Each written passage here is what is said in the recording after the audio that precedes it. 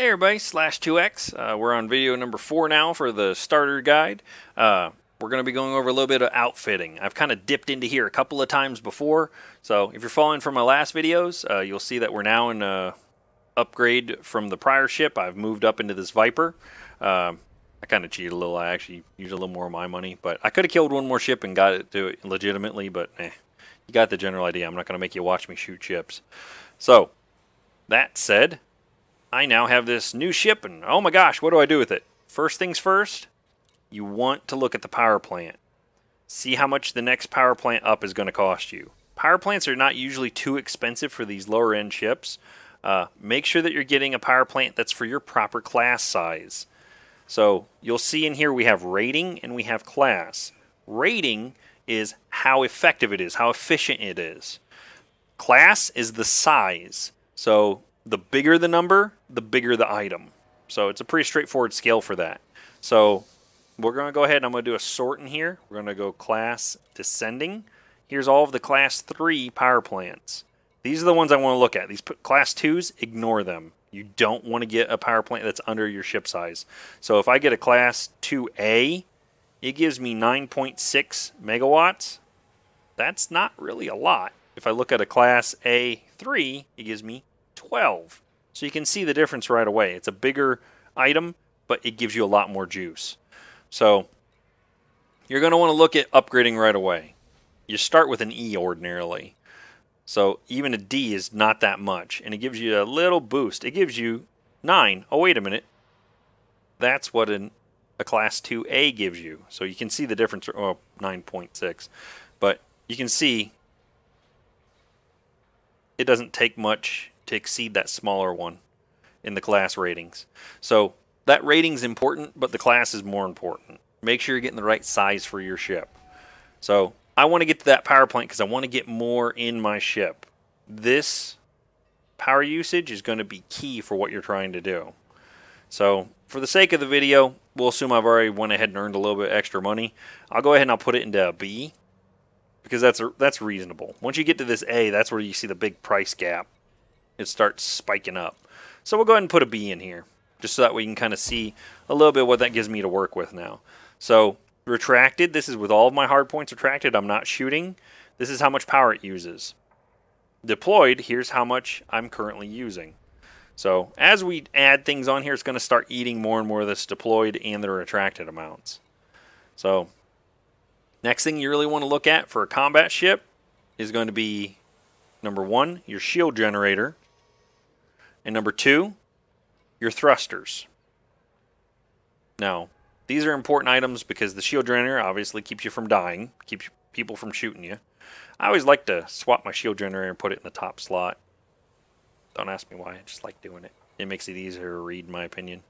So, I look at my shield generator, I start looking at, oh, wait a minute, this is a bunch of other random stuff. What's that? Best way to find your shield generators, just go to names, sort it backwards. There we are, look at that, here's all the different ones. Now remember, gotta keep track of that class size. I currently have a class 3 rating E. So I want to look at these other class 3s with a higher rating. Don't get shield cell bank confused with shield generator. This is boost. This is basically a, for lack of a better term, it's a health potion. That's what a shield cell bank is. It's a, hey, pop this so I don't die. Versus the generator is what actually gives you that initial bar to work with. So you can already see over here, it's showing the different power usages. So you can see that number scale up as I do more and more.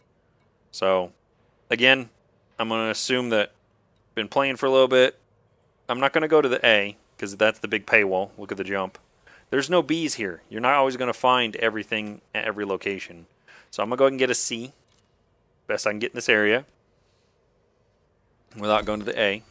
So you can already see that it's made a little bit of a difference in my power usage. Not a ton, but enough to kind of make you think about it. Thrusters. This is going to give you that turn radius, your acceleration. It's going to help you with a lot of your propulsion. So again, we're going to do the class descending that we had done before. So again, there's no B's.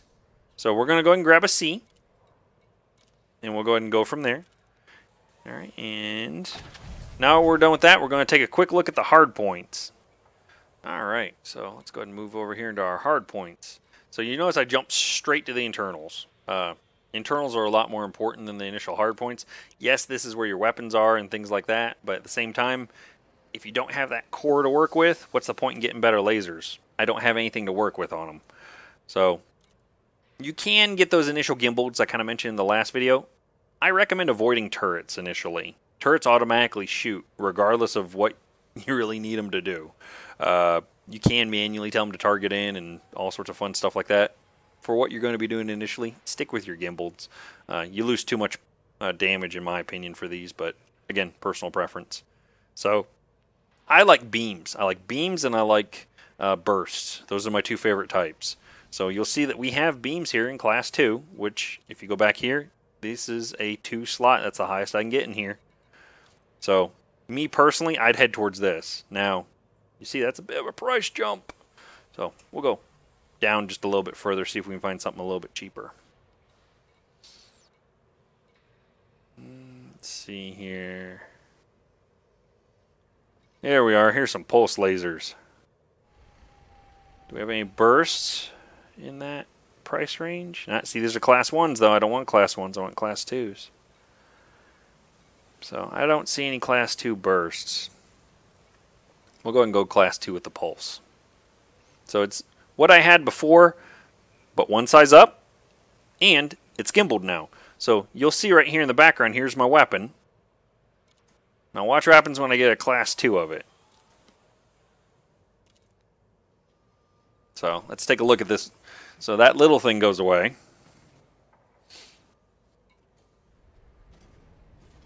And gets replaced with its slightly larger brother. So now if I go between the two that I have, you'll see the difference right away. Class 1, class 2. So we'll go ahead and do the same thing for this guy.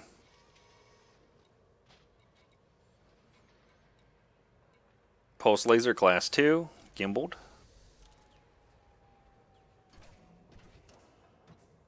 Every once in a while it does a little glitch with the base of it sometimes. I don't know why. There we are. Look at that. So now I have 2 class 2s. You'll see my power usage jumped up a decent amount with that. That was a little bit of an oomph for upgrade. Now, again, you're bounty hunting or out there killing those targets. You want to get that extra money. So here's where you start making your decisions on what you want to get for your next hard point. Because, hey, wait a minute. The Viper has more. I have 2 1s in here. So I can go ahead and put some more in here as well. I typically recommend having some sort of hard ammo target system whenever you have multiples like this. So me personally, what I usually put on here is either cannons or auto cannons. Cannons are always fixed if you want to get the really good ones. They do have gimbaled. They don't do as much damage. This is that one point where I say the damage does make a bit of a difference. You do a lot more damage usually with those fixed ones. So, and they're usually 1 rating up. So, it's usually better for that. That's my personal opinion. So, take that for what you will. I know a lot of my friends like to rock the auto cannons because those things can really wreck somebody's day. It depends. It really depends. So, these multi-cannons right here, usually what they like to go with. A lot of the people I know go ahead and go with the gimbaled as well. Like I said, I'd really much rather get something larger, something that does that bigger thump when it hits. But here's your catch-22. See the price difference? They're a little more expensive as well. When you get enough money under your belt, especially if you're doing some serious hunting, you actually want to start looking at something to do some serious damage. You want to start looking at these railguns. These things are death incarnate when it comes to damage. They're so deadly, they don't even have anything past a class 2 of these right now in the game. So, they have a huge price bump, though. So, this is only class 1s, and they're already 51K. If we go back to our class 2 slots, and I look at the railgun prices, yeah, just under $500,000. And the power draw is ridiculous. So, you can't get those as well. They pull from the same pool as your other lasers. So if you're using your lasers, you have to let it recharge a little bit before you can fire those railguns. Railguns are a little funny with their charge time too, but that's something I have in some of my other videos. If you want to look at them, you're more than welcome to. We're not going to go much further into this. I think this is enough information as far as equipment's concerned. For the sake of what we have here, I'm going to assume, again, I've earned a little bit of money, nothing too crazy. So we'll go ahead and just put some, actually, no, I don't want gimbaled. I want to go ahead and put some fixed cannons on here. So I'll go ahead and throw that one on. And I'll do the same over here. I like to do pairs because it's easier for targeting purposes. So there we are, another fixed cannon. So here's these cannons coming up out of here, ready to go break some stuff for me. So that takes care of your initial equipment. Now we start looking at bonus equipment. So you only have 2 utility slots on this. So this is really where you're picking your path. Are you going to be a pirate? You're going to be a bounty hunter. If you're going to be a pirate, cargo scanner. You want to be able to see what cargo someone's carrying. The cargo scanner or the kill warrant scanner, this is really that divergent where you pick your path. They're both the same in one aspect. It doesn't matter what kind of scanner you get. If you look down here at the bottom, see the scan time? 10 seconds, never changes. So what's changing with these different ratings and costs? It's this distance. Now you'll notice some of them, they don't have, oh, here we are. See how it doesn't really show a difference? It's like, wait a minute, but wait a minute, they're both 4. This is 4 flat. This is 4.5. I don't know why they've done that in the game, but it doesn't show the 0.5. So it's actually 4.5. It's a little further out. But as you can see, that's 1,000,000 credits. Early in the game, that is not a good investment for you. I recommend starting with one of these if you're going to be doing your piracy. Nice and low. I also recommend if you're doing piracy initially in the game, you keep in mind your bounty that you're going to accrue as you do it. Don't kill targets. Pirates don't kill targets. Pirates cripple targets, and pirates pop open that cargo hatch. I'm not a pirate myself. Never really cared for that playstyle. Seems like too much hassle, in my opinion, dealing with your personal bounties and whatnot. So that's a personal choice. Not saying anything bad about it, because, you know, it's part of the game. Frame shift wake scanner. Pirates and bounty hunters can use this. If you get a target that's just absolutely juicy, like it's full of gold, and you want to chase after it, you can use this to scan their wake after they've jumped, and then chase after them and attack them more. So these come in handy. Again, it's the same thing. It's still 10 seconds, and then all that changes is the distance you can scan. As you can see, it does draw more power too, depending upon how high you get them. And they can yank a ton of power if you're not careful. As you can see, that's actually more than I have. We'll get into that a little bit more later. Heat sink launchers. These things right here basically reduce your heat immediately. Drops you really low if you started to overheat. They come in handy with bigger ships. Not so much on the smaller ones. Heat management's a lot easier on the smaller ships usually. Kill warrant scanner. This is basically looking for more bounties on somebody than the initial one that's located. You can get extra ones in factions you're not even going to deal with. Like I have a ton of Alliance and Federation bounties, despite the fact I never really go to either of those places. But it also grabs localized bounties. So let's say somebody only has a bounty with a local faction. You do a scan. Hey, they got an extra Empire bounty. So now I'll get paid that extra money anyway. So kill warrant scanners really come in handy for that. Point defense. This is going to shoot down those incoming missiles and torpedoes. It does use ammo. Shield boosters, something newer that they just recently added to the game. This literally does a multiplier for your shield. So it makes your shield just a little bit extra stronger. So it's kind of a nice thing to have. So as you can see, the higher the rank, the higher this number goes, as well as the higher the power draw. So I recommend picking up at least one of those initially when you're setting up. So we're going to pretend we're doing bounty hunting still, because again, that's the style I'm more familiar with. You haven't made too much money yet. You really want to stick in this lower range. You don't want to get too high. No honesty, this 3K, that's plenty of distance. That's even more than I'm running in my primary ship, my Vulture. I'm running a 2.5 right now.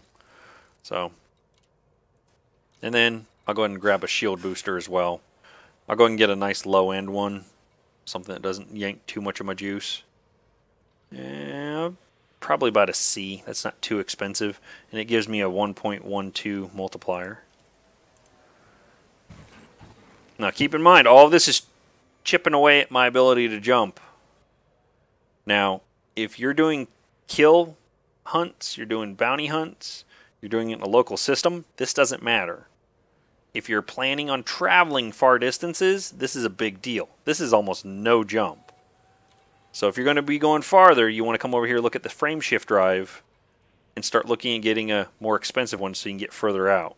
So the highest I could get for this ship at $500,000, I could get out to 13 light years roughly. So just shy of 14 on the A class. I'm not worried about it. I'm not jumping anywhere. I'm literally going to go hunt at the resource extraction site and come back. So there's no real point in me upgrading this and spending the money and energy on it.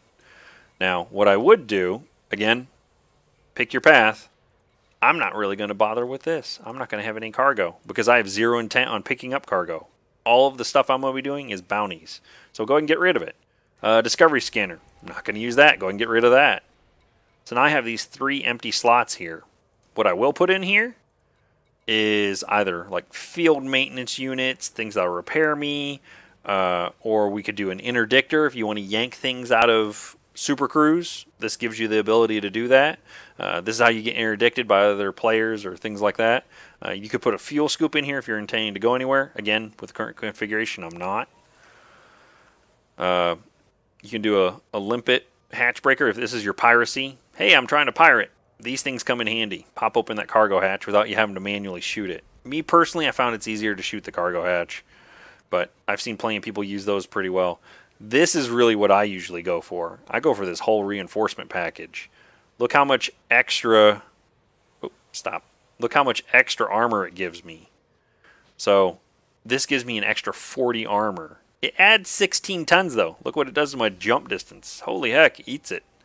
So if I go up here, this gives me an extra 60. So you can see, and it weighs a little bit less, so it doesn't eat into my distance so much. Me personally, I'll usually throw these on here.